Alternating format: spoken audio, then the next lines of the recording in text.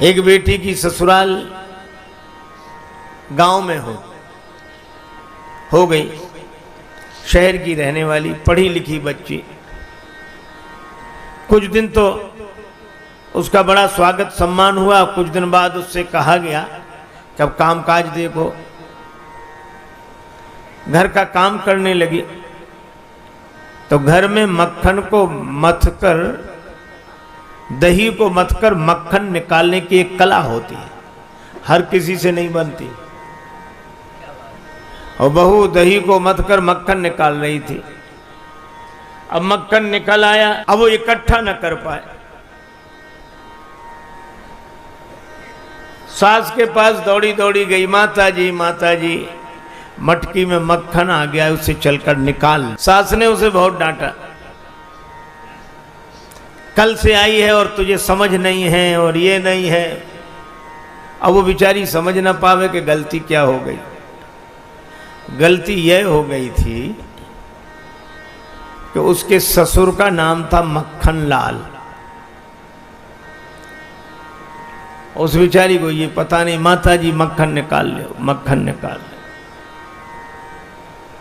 उस बेचारी को अपनी गलती समझ में आ गई, लेकिन तीसरे दिन फिर उसके सामने वही समस्या थी।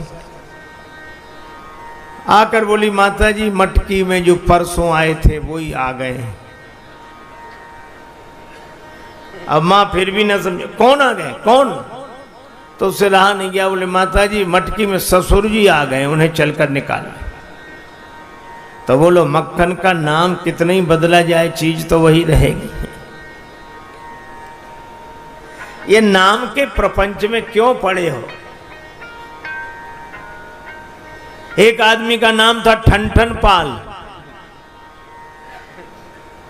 उसकी पत्नी बड़ी परेशान, बेचारी जहां जाए वहीं लोग कहें कि ठनठन पाल की बहू आई है।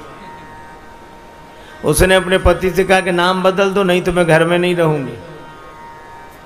पति ने कहा कि नाम बदलने से क्या फायदा, नहीं तो मैं चली। आवेश में चल दी घर छोड़कर। पति ने समझा कि पास ही मायका है, 2 दिन रहेगी फिर आ जाएगी। वो पैदल पैदल जा रही थी, रास्ते में उसे एक बालिका मिली, वो लकड़ी बीन रही थी।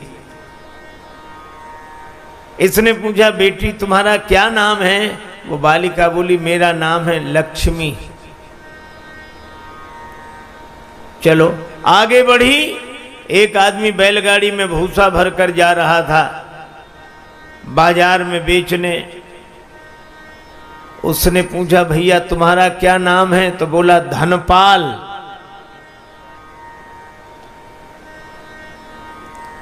तब तक आगे बढ़ी। एक आदमी की शव यात्रा निकल रही थी, राम नाम सत्य उच्चारण कर रहे थे लोग।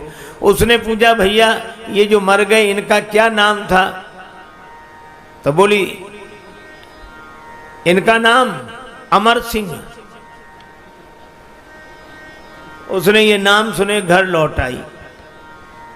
पति ने पूछा, क्या हुआ? बोले, मुझे समझ में आ गई बात। कहा, क्या समझी तुम? तो कहने लगी, लकड़ी बीने लक्ष्मी और भुस ढोवे धनपाल, अमर सिंह तो मर गए तो भले मेरे ठनठन पाल। अरे नाम को तो ऐसे ही समझो, काम चलाने के लिए। क्या